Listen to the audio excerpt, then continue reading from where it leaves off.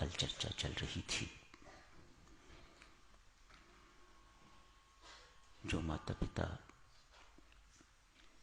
अपनी संतान को सुसंस्कारी नहीं बनाते,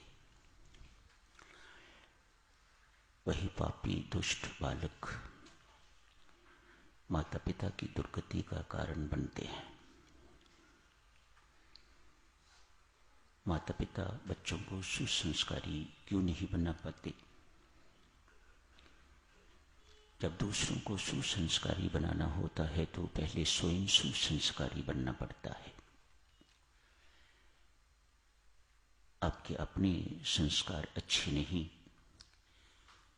तो आप किसी दूसरे को सुसंस्कारी अच्छे संस्कारों वाला नहीं बना सकोगे। जो चीज आपके पास है ही नहीं वह आप देंगे कहां से?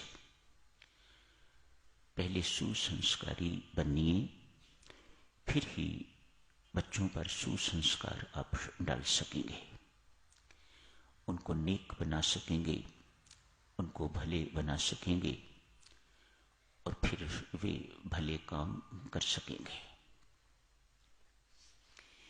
एक दृष्टांत के माध्यम से देखिएगा। एक हंस और हंसनी जंगल में विचर रहे थे। शाम का समय हो गया। सोचा कहां जाते रहेंगे, यहीं किसी पेड़ पर विश्राम कर लेते हैं। हंस हंसनी का जोड़ा जिस पेड़ पर बैठा उसी पेड़ पर एक कौवे का घोंसला भी था। हंस एवं हंसनी विवेक के प्रतीक, बहुत शरीफ पंछी माने जाते हैं। कौवा उतना ही कनिंग माना जाता है। कौवे का घर, ये दोनों मेहमान। इतनी चिट्टी गोरी हंसनी पहले कभी नहीं देखी हुई थी। कौवे ने मुग्ध हो गया। सुबह हंस और हंसनी जाने लगे तो कौवे ने हंस से कहा, इसने रात्रि मेरे घर में व्यतीत की है, यह हंसनी मेरी है। हंस ने कहा, नहीं भैया,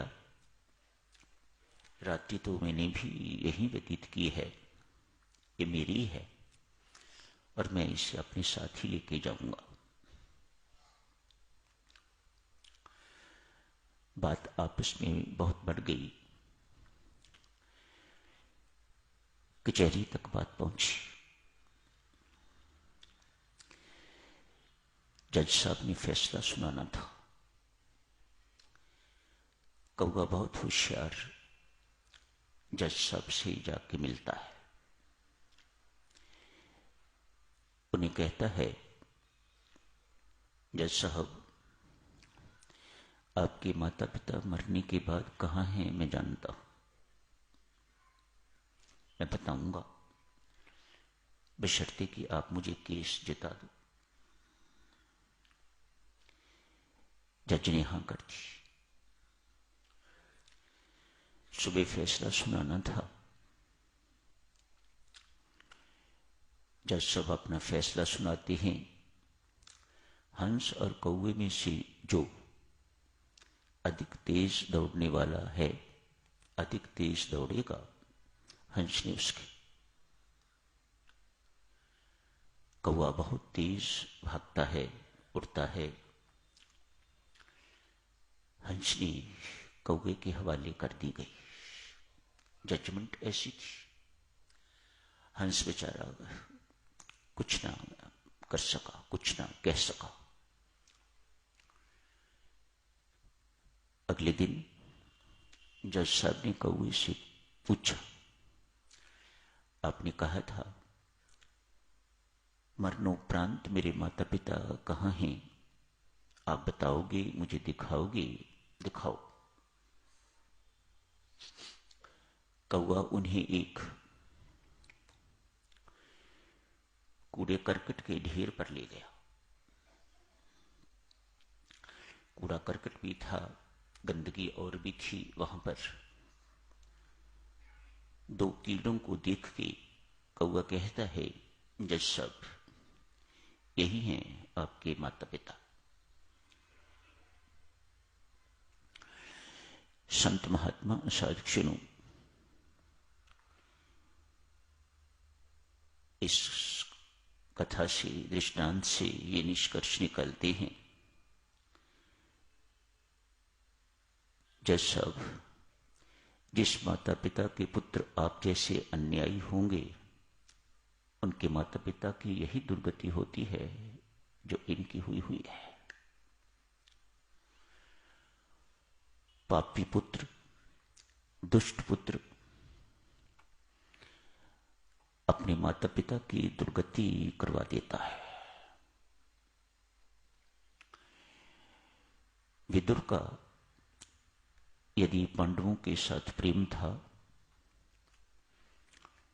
भगवान श्री कृष्ण का प्रिय भक्त विदुर धृतराष्ट्र के पास ही काम करता था, उनके दरबार में ही काम करता था। जब युद्ध की बातचीत निश्चित हो गई तो विदुर ने जाके धृतराष्ट्र से कहा, अक्सर कहा करते, जब भी कोई कौरव नई चाल चलते तो विदुर उन्हें टोक देता था, राजन आप गलत कर रहे हो।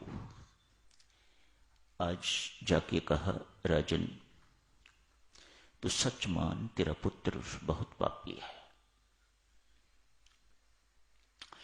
बड़ी हिम्मत चाहिए देवियों सज्जनों। एक एम्प्लॉई अपने एम्प्लॉयर को ऐसे कहे तो कोई परमात्मा का प्यारा ही ऐसा होगा। विदुर जी किसी संत से कम नहीं थे, भगवान के अति प्रिय। उद्धव कहते हैं, विदुर, भगवान श्री कृष्ण जिस वक्त परम धाम जा रहे थे, अपने धाम जा रहे थे, उन्होंने रुक्मिणी को याद नहीं किया, अर्जुन को याद नहीं किया, अपनी प्रिय द्रौपदी को याद नहीं किया, सत्यभामा को याद नहीं किया, मां देवकी या जसुमती को याद नहीं किया, तुम्हें याद किया था। मैंने विदुर के घर एक बार साग खाया था, उद्धव में अभी तक उसका स्वाद नहीं भूल पाया। मुझे विदुर की बहुत याद आ रही है। ये प्रस्थान का समय है और भगवान श्री कृष्ण कह रहे हैं, उद्धव, मुझे विदुर की बहुत याद आ रही है। जिसको भगवान याद करे उसके क्या कहने। उसने मुझे बहुत कुछ दिया, मैंने उसको कुछ नहीं दिया। मैं विदुर का ऋणी जा रहा हूं। वही विदुर आज धृतराष्ट्र के पास जाके कहते हैं, राजन तेरा पुत्र पापी है, इसका त्याग कर दे, ये तेरी दुर्गति करवाएगा। उस वक्त तो राजा धृतराष्ट्र सब बात सुन लेते हैं, मान भी लेते हैं। दोबारा जब फिर उसका पालन नहीं कर पाते तो विदुर फिर मिटते हैं। तो राजा अक्सर कहते हैं, काका मैं क्या करूं, जिस वक्त दुर्योधन मेरे सामने आता है मेरा सारा का सारा ज्ञान हवा हो जाता है। कितना भयंकर है, कितना भयानक है पुत्र मोह। कैसा प्रबल्य है इस माया का, जिसके चंगुल में फंस के तो आदमी नित्य प्रति गलतियां ही गलतियां करता रहता है। माया के चंगुल में फंस के माया इतनी भ्रामित है, इतना भ्रमित करने वाली है, वह कभी भी किसी सत्य को असत्य सिद्ध करने में सक्षम है और असत्य को सत्य दिखाने में सक्षम है। ये माया का खेल है। दुष्ट पुत्र, पापी पुत्र अपने माता पिता की दुर्गति करवा देता है। शास्त्र देवियों पुत्र की परिभाषा करता है, जो अपने माता पिता के पाप से त्राण करवाए, रक्षा करवाए, वह पुत्र। मानो पुत्र के हाथ में बहुत कुछ है। पापी पुत्र है तो वह दुर्गति करवा के रहेगा, और यदि सन्यासी पुत्र है, भक्त पुत्र है, तो वह सदगति दिलवा के रहेगा। उसे दिलवानी नहीं पड़ती। परमात्मा का ऐसा कर्तव्य बन जाता है कि उसके माता पिता की और अनेक संबंधियों की सदगति करे। ये मेरे भक्त के संबंधी हैं, ये मेरे प्रिय के संबंधी हैं। इन सबको सदगति प्रदान करना मेरा धर्म है, मेरा कर्तव्य है। संत महात्मा देवियों आपसे विशेषतया इसी प्रकार का निवेदन करते हैं, यदि पुत्र पैदा करो तो वे कोई भक्त हो, कोई शूरवीर हो, अन्यथा बांझ रहो। अपने नूर को क्यों खामखा गंवाती हो। आपसे संकेत आपको शास्त्र आदेश देता है, संत महात्मा आदेश देते हैं, देवियों पुत्र पैदा करो तो कोई भक्त पुत्र पैदा करो, या देशभक्त कोई शूरवीर पैदा करो, नहीं तो बांझ रहो। क्यों फजूल में अपना नूर गंवाती हो। यहां और एक बात शास्त्र कहता है, अपना नूर गंवाती हो। मानो विषय भोग जिसमें हम रत रहते हैं, बच्चे पैदा करने में हम लगे रहते हैं, वह आपकी कितनी ऊर्जा, कितनी शक्ति को निचोड़ लेता है, शायद आप लोगों को बोध नहीं, शास्त्र को बोध है। अतएव आपको संकेत देता है, क्यों फजूल में अपना नूर गंवा रहे हो। आपका नूर उस ऊर्जा को बचाने पर ही है। आज साथ सुनो, स्वामी जी महाराज ने तुलाधार की चर्चा की है। एक व्यापारी है, लकड़ी का काम करता है, कुछ और भी सामान रखा हुआ है अपने पास, जैसे हम सब व्यापारी हैं। थोड़ी चर्चा शुरू कर लेते हैं, शेष सोमवार को कर लेंगे। महर्षि याजली बहुत बड़े तपस्वी हुए हैं, तापस हुए हैं, ज्ञानी हुए हैं। तपस्या के बाद व्यक्ति ज्ञान का मालिक बन जाता है।